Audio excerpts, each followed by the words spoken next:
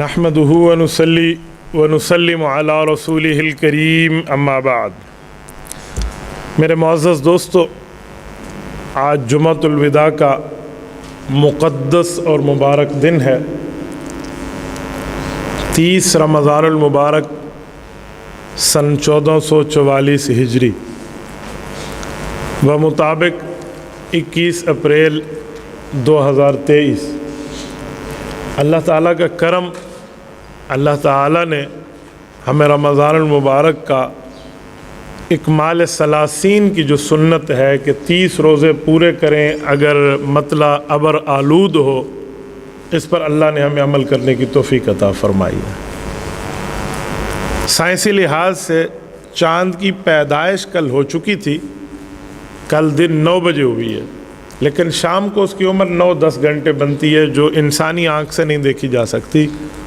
کوئی اس کے لیے کوئی بڑی دوربین خوردبینیں لگا کر شاید دکھ سکے، اسی وجہ سے نظر نہیں آیا، ابر آلود تھا، تو حکم رسالت ہے کہ پھر آپ 30 روزے پورے فرما دیں۔ تو اس بحث میں نہیں پڑھنا چاہیے کہ ہم نے شروع سعودیہ کے ساتھ کیا تھا تو امید بھی ان کے ساتھ کرنی چاہیے۔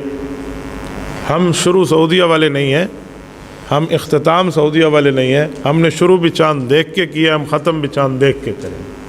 کسی ملک کا ہمارے ساتھ موافقت میں آ جانا ضروری نہیں ہے کہ شروع اس کے ساتھ ہے تو ختم بھی اس کے ساتھ۔ ہمیں اللہ کے رسول صلی اللہ علیہ وسلم نے چاند دیکھنے کی بات فرمائی، اور اس موقع پہ 1 2 3 4 5 6 گواہوں کی بات بھی نہیں تھی۔ وہ رمضان شروع کرنے میں تھوڑی خبریں آ جائیں تو ٹھیک ہو جاتا ہے، لیکن عید کے لیے جم غفیر کی شہادت اور گواہی چاہیے ہوتی ہے، وہ ہمیں رات نہیں ملی، اسی وجہ سے ہم نے رویت میں رات اس کا اعلان نہیں کیا۔ آج شام چاند قدر موٹا اور باریک نہیں دکھے گا، تھوڑا بڑا دکھے گا، لوگ سمجھیں گے دوسری کا ہے، اس لیے میں کہہ رہا ہوں کہ اس کی عمر 33 گھنٹے ہو چکی ہوگی۔ یہ بات نہ کرنا کہ تیسری کا ہے، دوسری کا ہے۔ آپ کو اپنے روزے کی فکر ہے، علماء کو آپ سے زیادہ روزے کی فکر ہے۔ پورا مہینہ آپ ہمارے یہاں گولے بجنے کے اوپر روزہ کھولتے بھی ہیں، رکھتے بھی ہیں، تو اس ایک کے دن مولویوں کے پیچھے سے لوگ ہٹ جاتے ہیں، نہیں مولوی غلطی کی تھی ہے بابا، وہ 29 دن تو میں روزے کھلوا اور رکھوا رہا ہے تو ٹھیک ہے، اور اس دن اس نے شہادت اس کو نہیں ملی تو اس نے نہیں اعلان کیا تو نہیں، اس نے غلط کیا تو سا کا لا کے گولے بجے ہو جا۔ لوگ خواہ سے اس پہ اعتراض کرتے ہیں، تو ایسے اعتراض نہیں ہونے چاہیے۔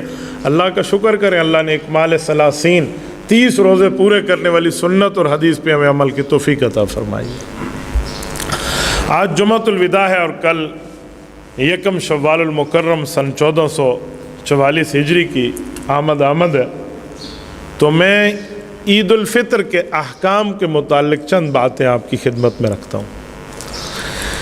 میرے دوستو، عید کے دن کے جو ہمارے معمولات ہیں نا، وہ اسلام کے مطابق ہونے چاہیے۔ کیا مطلب؟ صبح نماز ہم رمضان المبارک میں تو پڑھتے ہیں، لیکن عید والے دن اکثر لوگ صبح نماز کے وقت سوئے ہوتے ہیں، اور بابا عید تو اتنے ٹائم بعد ہے، تو بھائی عید اتنے ٹائم بعد ہے، صبح نماز کا حکم وہی ہے جو کل ایک دن پہلے بھی تھا۔ ہاں ایک فرق آیا ہے کہ اس وقت شیطان صاحب گرفتار تھے رمضان میں، اب شیطان رہا ہو چکا ہے، تو آپ اس کے رہائی کے سواگت کے لیے پہنچ گئے ہیں، تو ایسے نہیں ہونا چاہیے، ہمیں صبح کی نماز باجماعت ادا کرنی چاہیے۔ اس سے پہلے لیلۃ الجائزہ ہے، جس کو ہم چاند رات کہتے ہیں، اس رات انعام ملتے ہیں، مزدوری ملتی ہے مزدور کو، جو پورا مہینہ ہم نے مزدوری کی ہے، اس رات کی عبادت کر لیں، چاند رات میں نوافل پڑھ لیں، اللہ تعالیٰ سے اپنا حصہ مانگنے کے لیے مسجد آئیں، یا اپنے گھر میں پڑھ لیں کہ میرے مولا ٹھیک ہے میں پوری رات نہیں جاگ سکتا، رات کا کچھ حصہ تو عبادت میں، نفل میں، دعاؤں میں گزار لو۔ لیلۃ الجائزہ، انعام کی رات، شیطان تازہ رہا ہو کے آتا ہے، پورے مہینے کی کسر اس نے پوری کرنی ہوتی ہے، ساری کی ساری رات وہ بازار میں گزروا دیتا ہے۔ یہ کام نہ کریں، یہ تھوڑا خیال کریں اس پر۔ ہمارے خصوصاً اعتکاف والے بھائی جو ہیں نا، ان کو شیطان یہ پٹی پڑھاتا ہے کہ تو 10 دن یہاں بیٹھا رہا، جا کٹنگ کرانے کے لیے، چاہے پوری رات تو بیٹھا رہے، تو بھائی کیا فائدہ؟ شیطان نے تیری نیکی کو جا کے دفن کروانا ہے۔ نیکی کر اور اپنے اعمال میں ڈال، یہ نہیں ہے دریائے سندھ میں گھوم کے جا کے اس میں ڈال دے اور پھر نظر بھی نہ آئے، تو اس نیکی کو بچانا بندہ سیکھے۔ تو صبح بیداری بھی جلدی ہو، نماز فجر بھی ہو، تہجد بھی ہو۔ پھر عید نماز پہ جب بندے نے آنا ہے تو اس کے لیے طہارت، نظافت، صفائی ستھرائی کا خاص انتظام ہونا چاہیے۔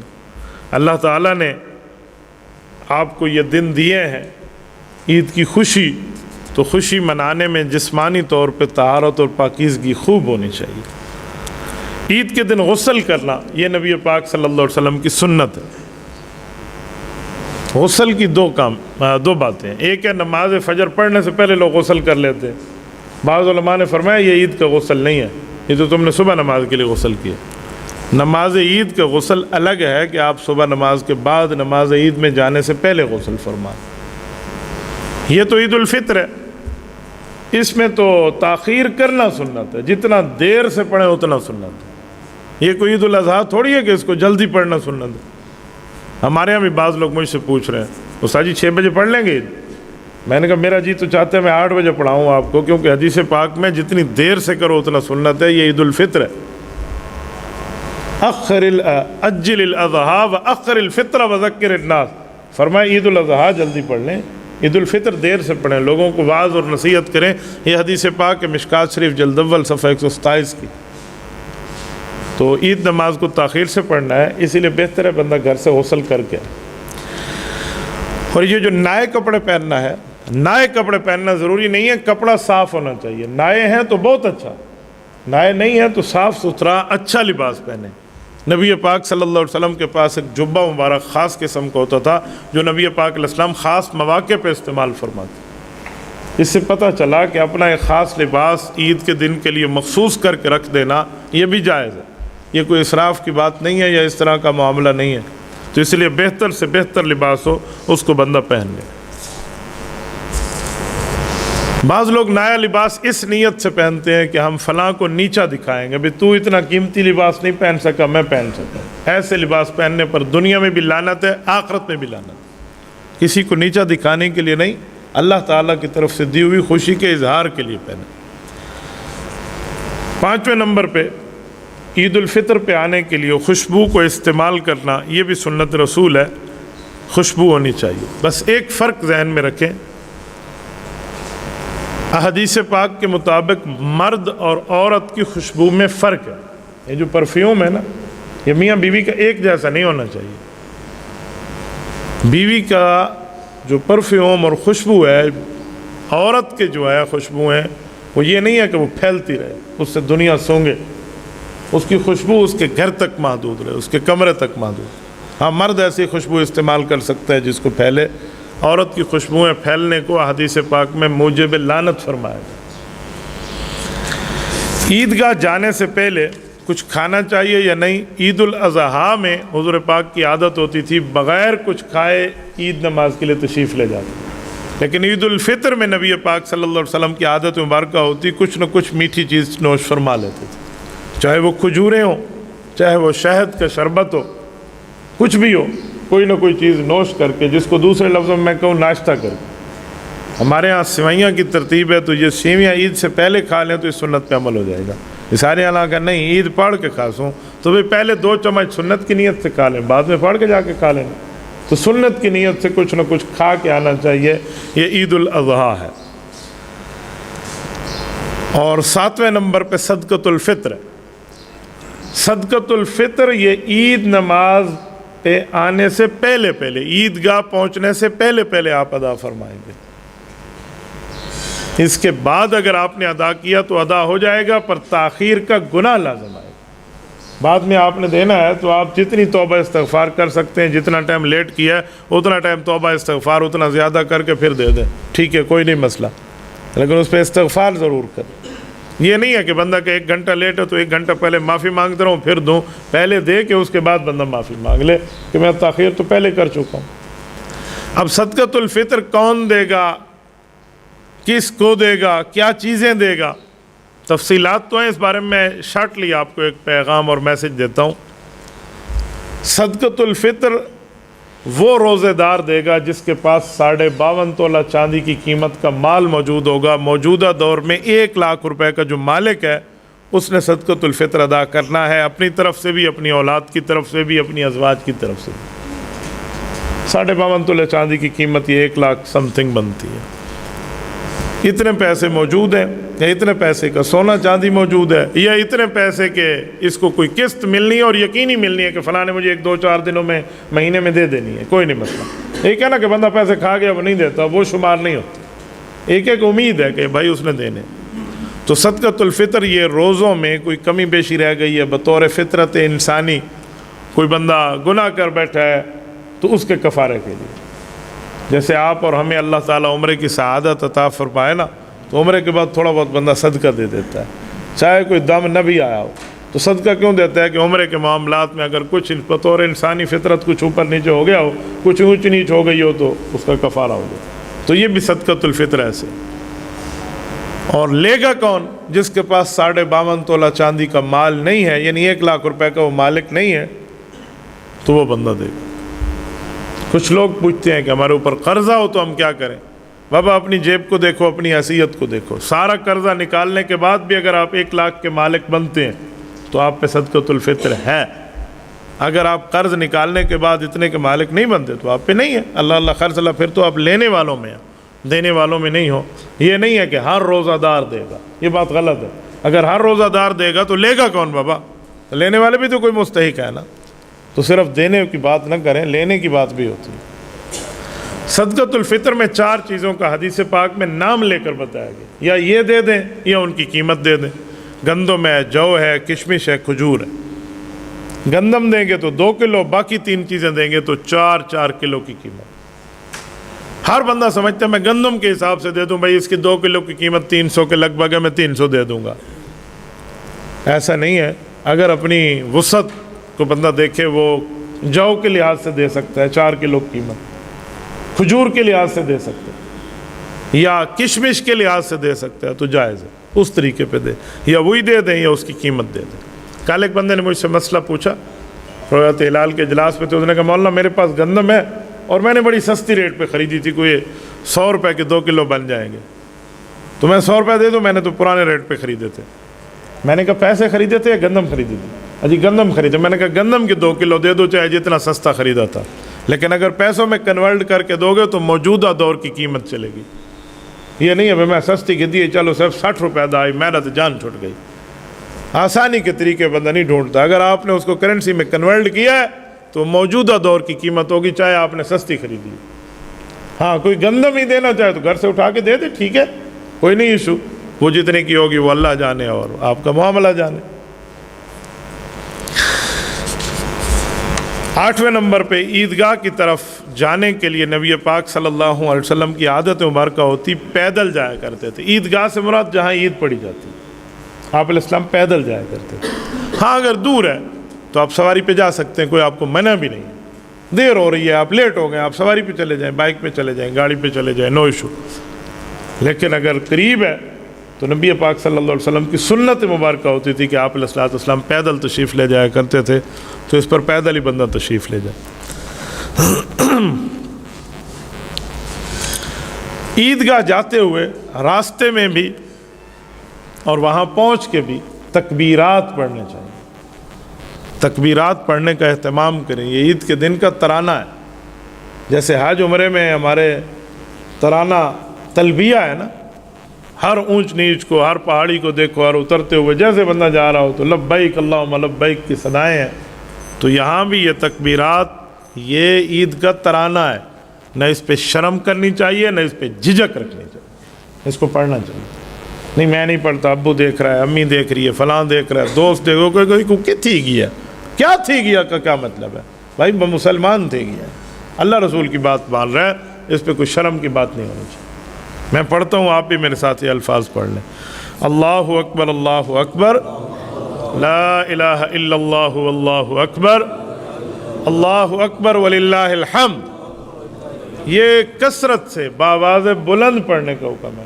جو شریعت بلند بتاتی ہے تو وہاں بندہ بلندی کا ہی اہتمام کرے۔ عیدگاہ پہنچنے تک آپ کہیں، بلکہ خطبہ عید میں بھی کل ملا کے 7 یا کل ملا کے 9 مرتبہ یہ تکبیرات تشریق تو مسنون بن جاتے ہیں، جو امام آپ کے سامنے خطبے میں بار بار پڑھ رہا ہوتا ہے۔ ایک ہمارے دوستوں کہنے میں نے عید کا خطبہ سنا، امام صاحب اٹک رہے تھے، ایک لفظ کئی بار پڑھ رہے تھے۔ میں نے کہا اٹک نہیں رہا تھا، وہ سنت کی نیت پہ نمبر پورے کر رہا تھا۔ تو اس طرح پڑھنے چاہیے۔ عید گاہ جانے کے لیے، عید نماز پڑھنے کے لیے ایک راستے سے حضور پاک علیہ الصلوۃ والسلام جاتے اور دوسرے راستے سے آتے، یہ نبوی طریقہ ہے۔ اگر آپ کو یہ طریقے پہ عمل نہیں کرنا تو کوئی گناہ گار نہیں ہے، لیکن کار ثواب یہ ہے کہ بہتر ہے کہ بندہ اس طرح کرے۔ نبی پاک صلی اللہ علیہ وسلم عید کے متعلق حضور پاک کے بارے میں آتا ہے کہ وسعت کے ساتھ اپنے گھر پہ خرچ کرتے، وسعت کے ساتھ، اس دن کوئی تنگ دلی نہ ہو، جس کو دوسرے لفظوں میں اپنے گھر کے لیے عیدی کی بات کرتا ہوں۔ عیدی لوگ صرف بچوں کو دیتے ہیں، بیوی کو بھی عیدی دینی چاہیے، ماں کو بھی عیدی دینی چاہیے، بہن کو بھی عیدی دینی چاہیے، بیٹی کو بھی عیدی دینی چاہیے۔ اس نے پورا مہینہ آپ کے لیے سحر و افطار کی ترتیب رکھی ہے۔ آپ اور ہم یہاں بیٹھے ہیں، ذرا ترک کو پڑھیں نا، ترکیوں کی یہاں ایک عجیب ترتیب ہے۔ جب یہ وہاں ایک پوری روایت چلی آ رہی ہے ترک کی کہ وہ لوگ جب عید کے لیے جاتے ہیں نا تو پیچھے گھر والے تیار ہو کے بیٹھے ہوتے ہیں، خوشبوئیں لگی ہوتی ہیں گھر میں، اور ان کے لیے کہوہ پکا ہوتا ہے، ایک پیالی، ایک خاص قسم کی پیالی، اس میں خاوند کو پیش کیا جاتا ہے، وہ پیالی میں کہوہ پی لیتا ہے اور سونے کی انگوٹھی رکھ کے اپنی بیوی کو واپس کرتا ہے۔ شکر کرو ڈیرے والی زالیاں کو پتہ کرو۔ جی ہاں، یہ تو وہاں یہی ترتیبیں ہیں۔ وہ کہتے ہیں یہ سحر و افطار کا بدلہ ہے۔ تو اس طرح عید کے دن وسعت کرنی چاہیے۔ وہ 50 عیدی مانگے تو آپ 100 دے دیں، این نہیں کال لیتی نمی تے کو۔ عید کے دن کی ایک خاص وسعت ہے، اس دن اللہ نے خوشی دی ہے، اس خوشی پہ عمل کرنی چاہیے۔ 12ویں نمبر پہ نبی پاک صلی اللہ علیہ وسلم کے خواتین کی عادت مبارکہ ہوتی کہ وہ اس معاملے میں گھر میں بچوں کو تیار کر کے اور اس طرح بھیجتے۔ مرد کو عید گاہ آنا چاہیے، باقی معاملات وہاں عورتیں نہ آئیں۔ 13ویں نمبر پہ صحیح العقیدہ امام کے پیچھے جا کر بندہ عید کی نماز ادا کرے، بہت اچھا۔ 14ویں نمبر پہ خشوع خضوع کے ساتھ نماز عید ادا کریں۔ خشوع خضوع کا معنی ہے اللہ کے سامنے ہم ٹھہرے ہیں۔ اس وقت 2 رکعت نماز باجماعت پڑھنا پورے سال میں کبھی نہیں ہے، سوائے عید الفطر یا عید الاضحیٰ کے، تو کیوں پڑھ رہے ہیں؟ کوئی وجہ تو ہے۔ اللہ کے سامنے خاص وقت میں ہم ٹھہرے اور ایسی نماز میں ٹھہرے ہیں نہ جس کی اذان ہے نہ جس کی اقامت، تو کوئی وجہ تو ہے۔ تو اللہ نے ہمیں خوشی کا دن دیا، تو اسی لیے اللہ کے سامنے خشوع اور خضوع۔ خشوع کہتے ہیں دل سے بندے کی گردن جھکی ہوئی ہو کہ اللہ غلطی ہو گئی۔ خضوع اللہ رب العزت کے سامنے باتیں بندہ مد نظر رکھے کہ رب کریم میرے اوپر کرم کے سمندر بہا رہے ہیں۔ توجہ کے ساتھ خطبے کو سننا یہ بڑا ضروری ہے۔ خطبہ عید 2 طرح کا ہے ہمارے ہاں اردو زبان میں، پہلے اس کے مطالب کو، مقصد کو، تفسیر کو، تشریح کو بیان کیا جاتا ہے، تو اس کو بندہ توجہ سنے کہ احکامات کیا ہیں، اور پھر اس کے بعد میں جو نماز کے بعد خطبہ ہے وہ بھی ہو۔ دعا مانگنے کے بارے میں دونوں روایتیں ہیں، نماز کے بعد بھی دعا ہے، خطبے کے بعد بھی دعا ہے، لیکن بہتر اور پسندیدہ مسنون افضل طریقہ نماز کے بعد دعا ہے۔ خطبے کے بعد نہ بھی مانگے تو عید مبارک پہ کام چل جائے گا، تو اسی لیے بہتر ہے کہ بندہ اس وقت دعا کو مانگ لے۔ اور ایک بات بڑی اہم، لوگ کہتے ہیں عید مبارک کہنا چاہیے، نہیں پتہ نہیں ہے آج کل کیا ترتیب چل پڑی ہے۔ بابا عید مبارک کہنا چاہیے، نبی پاک سے اور نبی کے صحابہ سے ثابت ہے۔ مبارکباد تو دیں گے، بس عید مبارک بندہ کہہ دے۔ یہ ہماری جو ڈی اے خان کی ترتیب ہے نا، عید مبارک، چاند مبارک، روزے مبارک، تراویح مبارک، پوری لائن لگا دیتے۔ اتنا لمبا صحابہ کو ثابت کو نہیں، جتنا ثابت ہے وہ صرف عید مبارک ہے، اللہ آپ کو عید مبارک فرمائے۔ ہمارے ہاں پوری ترتیب ہوتی ہے، پتہ نہیں نکی سکی کوئی ویتر نال پڑھے ہوئے ہیں تو 2 نفل ہی پڑھے ہوئے ہیں تو اندھی مبارک لالا، اتنی لمبی مبارک پہ اگلا کیا کہ شوتا سیر حلے اندر جی ہاں صحیح سارے اندھی خیر مبارک۔ ہمارے ایک دوست ہیں، وہ آدھا منٹ تک کہتے رہے فلاں مبارک فلاں، میں نے کہا یہ ساری مبارکیں لفافے میں اور لفافہ تمہیں مبارک، تو میں اور کیا جواب دوں؟ عید مبارک جتنی احادیث کی روایات اور حوالہ ملتا ہے تو وہ حوالہ میں نے آپ کی خدمت میں کہہ دیا ہے، باقی ان چیزوں کے حوالے نہیں ہیں، وہ سارے اللہ کے حوالے ہیں، ایک کا حوالہ ہوتا ہے اور ایک اللہ کے حوالے ہوتے ہیں، تو اسی لیے یہ بہتر ذہن میں رکھیں۔ عید کے دن کی نوافل کے بارے میں ذرا مسئلہ سمجھ لیں۔ نبی پاک صلی اللہ علیہ وسلم کی عادت مبارکہ ہوتی عید کے دن نہ کوئی اشراق پڑھتے نہ کوئی چاشت پڑھتے، نہ اس طرح کے کوئی اس وقت نوافل ادا فرماتے، تو اس لیے بہتر یہ ہے کہ آپ عید کے دن اسی سنت پہ عمل فرما لیں۔ زیادہ صوفی بننے کی ضرورت نہیں ہے کہ بندہ اشراق کی ٹھوکی کھڑوتے تو نالو چاشت پڑھی کھڑوتے، اللہ کے رسول نے نہیں پڑھی، ہم کیوں پڑھی؟ علماء نے لکھا کسی کو زیادہ نفل پڑھنے کا شوق ہے نا تو وہ گھر جا کے پڑھے، عیدگاہ میں نہ پڑھے کہ نبی پاک علیہ السلام کا عمل نہیں۔ آپ گھر جا کے 1000 رکعت نماز نفل پڑھیں، شریعت آپ کو نہیں روکتی، لیکن جس حد تک شریعت گنجائش دے رہی ہے تو یہاں پہ نہیں ہے۔ تو ہم یہ نہیں دیکھیں گے نماز عبادت ہے، ہم دیکھیں گے جہاں سرکار نے پڑھی ہے وہاں عبادت ہے، جہاں چھوڑی ہے وہاں چھوڑنا عبادت ہے۔ نبی پاک علیہ السلام کی ترتیب پہ عمل ہوگا۔ دوسرا، گلے ملنے کی جو ترتیب ہے تو اس میں حرج کوئی نہیں ہے، آپ مل سکتے ہیں، جائز ہے۔ جہاں کہیں منع کیا گیا نا وہ اس جگہ کہ لوگ جس کو فرض سمجھنے لگ جاتے ہیں کہ اگر گلے نہ ملو تو عید مبارک ہو ہی نہیں سکتی۔ ایسا نہیں ہے، عید مبارک زبان سے دی جاتی ہے، گلے مل کے نہیں دی جاتی۔ یہ ایک اچھا طریقہ ہے، بس اتنی سی بات۔ اس کو فرض سمجھنا، واجب سمجھنا، لازمی سمجھنا اور عید کے عبادات کا حصہ سمجھنا، ورنہ گلے نہ ملا تو عید ہی نہیں ہے، یہ شرعی باتیں نہیں ہیں۔ یہ ایک دوسرے کو بندہ حج کے طور پہ کہہ سکتا تو تمہیں عید ہی نہیں ملا، چلو یہ کوئی اتنی بات ہو سکتی ہے، لیکن آپ اس کو شریعت کا پارٹ اور جز سمجھ لیں کہ گلے ملنے سے ہی عید ہوتی ہے، ورنہ زبان سے عید مبارک کہنے سے نہیں ہوتی۔ تو گلے ملنے میں حرج کوئی نہیں ہے، لیکن اس کو فرض واجب آپ نے نہیں سمجھنا۔ زبان سے ادا ہو گیا چلو اتنا بھی ٹھیک ہے، ٹائم ہو تو بندہ گلے مل لے، اسے تو کوئی حرج نہیں ہے۔ اور اس دن ضرورت مندوں کو، غریبوں کو اور مسکینوں کو ضرور یاد رکھیں۔ صرف عید کا معنی یہ نہیں ہے کہ میں نے نئے کپڑے پہن لیے ہیں، عید کا معنی یہ بھی ہے کہ میں اللہ سے ڈر گیا ہوں۔ لیس العید لمن لبس الجدید کا جس نے نیا پہن لیا اس کی عید ہے، انما العید لمن خاف الوعید، عید تو اس کی ہے جو اللہ کی بات کی، معاملات کی قدر کرنے والا بن گیا۔ تو یہ چند باتیں میں نے آپ کی خدمت میں عید کے دن کے احکام کے طور پہ کہیں۔ اور اس دن روزہ نہیں ہے، عید والے دن روزہ نہیں ہے، یہ ذہن میں رکھیں۔ عید والے دن خوشی کا دن ہے۔ اور یہاں یہ مسئلہ میں بتا دوں کہ عید کے دن لوگ قبرستان جانے کو واجب، فرض اور ضروری سمجھتے ہیں۔ جائیں ابا کو عید ملنا ہے، اماں جان کو عید ملنا ہے، وہ قبرستان میں ہے۔ عید کے دن آپ قبرستان جاتے نا تو ٹھیک ہے کوئی حرج نہیں ہے، لیکن جو آج کل طریقہ بن گیا ہے نا کہ جو لازمی ہے، یہ شریعت کا حصہ نہیں۔ عید کے دن خوشی کرنا سنت ہے، آنسو بہانا سنت نہیں ہے۔ نبی پاک علیہ السلام کبھی کسی عید کے موقع پہ تشریف نہیں لے گئے اس طرح۔ حالانکہ رسول اللہ صلی اللہ علیہ وسلم کے ابا جان کی قبر مبارک تو چلو مدینہ طیبہ میں تھی، بڑے قریب تھی دار بنی نجار میں، والدہ کی قبر دور تھی نا، تو آپ علیہ السلام ادھر تک تو چلے جاتے، اپنی بیٹیوں کی قبور تک تو چلے جاتے، اپنے بچوں کی قبور تک عید کے دن رسول اللہ پاک صلی اللہ علیہ وسلم سے جانا ثابت نہیں ہے۔ ایسے ہی شب برات کا مسئلہ ہے، لوگ کہتے ہیں شب برات کی رات قبرستان جائیں، وہی حضور گئے تھے، وہ اللہ کے بندے نبی پاک علیہ السلام پوری 63 سال کی عمر میں صرف ایک بار شب برات میں قبرستان گئے ہیں، اور ایسا ہر سال ویندے کھڑے ہوتے ہیں، ہم ہر سال جائیں گے۔ ہر سال کی سنت ہوتی تو حضور ہر سال جاتے، شب برات میں صرف زندگی میں ایک بار گئے۔ تو یہاں تو قبرستان جانا ایک بار بھی ثابت نہیں ہے، عید میں لوگ جانا شروع کر دیتے ہیں۔ ٹھیک ہے جائیں گے، آخرت کی یاد ہے، منع نہیں کر رہا، لیکن جو عید کا حصہ آپ نے سمجھا ہوا ہے میں اس کی تردید کر رہا ہوں کہ اس کو عید کا حصہ ضروری لازمی نہ سمجھے۔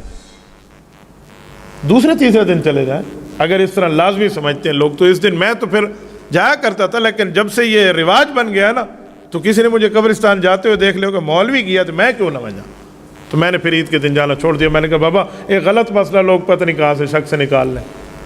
تو اس دن خوشی سنت ہے بھائی، اس دن اپنے آپ کی غم کے معاملات کو اجاگر کرنا۔ ہمارے ہاں پتہ نہیں ڈی اے خان میں رسم بد زیادہ ہے، باقی شہروں میں تو میں نے کم دیکھا ہے۔ کسی کی فوتگی ہو جائے نا رمضان میں یا اس سے تھوڑا پہلے، عید کے دن اسپیشل اس کے گھر میں افسوس کرنے جاتے ہیں، اور وہ گھر والے بھی اس انتظار میں ہوتے ہیں کہ رشتہ دار آئیں گے نہیں آئیں گے، ساری مرضی ختم۔ یہ عید کے دن دوسرے کے گھر میں جا کے ان کے غم کو تازہ کرنا کہاں سے ثابت ہے؟ کوئی شریعت کی تعلیم نہیں ہے۔ ہاں کوئی بڑا آدمی ہے وہ اسی لیے چھوٹوں گھر چلا جائے، میں شفقت کے سر پہ ہاتھ رکھ دوں، تو پھر خوشی کی بات جا کے بتائے، ادھر تعزیت شروع نہ کر دے، ادھر جا کے بندہ رونا دھونا شروع کر دے، جی بڑا افسوس ہے تو اللہ پیو فوت تھی آئی، وہ بیچارہ خوش بیٹھا ہوگا، ہم نے اسے رلا دیا۔ تو اس دن اس طرح کے کاموں سے بچنا چاہیے کہ خوشی کی ترتیب آپ رکھیں، یہی معاملات ساتھ۔ اس کے بعد عید نماز کی ادائیگی کا طریقہ ہے، بھول جائے گا لوگوں کو اگر آج میں نے بتا دیا کل تک، یہ کل ہی کریں گے انشاءاللہ کہ عید نماز کس طرح ادا کریں۔ ولا بھول ویسن والے ایک بار کو سجے کھبے لوگ دے دیں کہ ہاتھ چھوڑنا ہے یا ہاتھ بدھنا ہے۔ میں حیران ہوں، ایسے لوگ بھی علماء پر بول رہے ہوتے ہیں جو عید نماز میں ساتھ والے کو دے دیں ای ہاتھ نہیں ہلا تو میں بھی نہیں ہلاؤں، تو اس لیے لوگ جلدی بھول جاتے ہیں. تو بہتر ہے اس کو عید نماز پہ کر لیں. اللہ آپ کو اور ہمیں صراط مستقیم عطا فرمائے. اللہ پاک ہمارے روزوں کو قبول فرمائے. جمعۃ المبارک کی اللہ تعالی ہمیں برکات، مقدسات، نعمات، رحمات عطا فرمائے. اقول قولی ھذا واستغفر اللہ وآخر دعوانا ان الحمد للہ رب العالمین.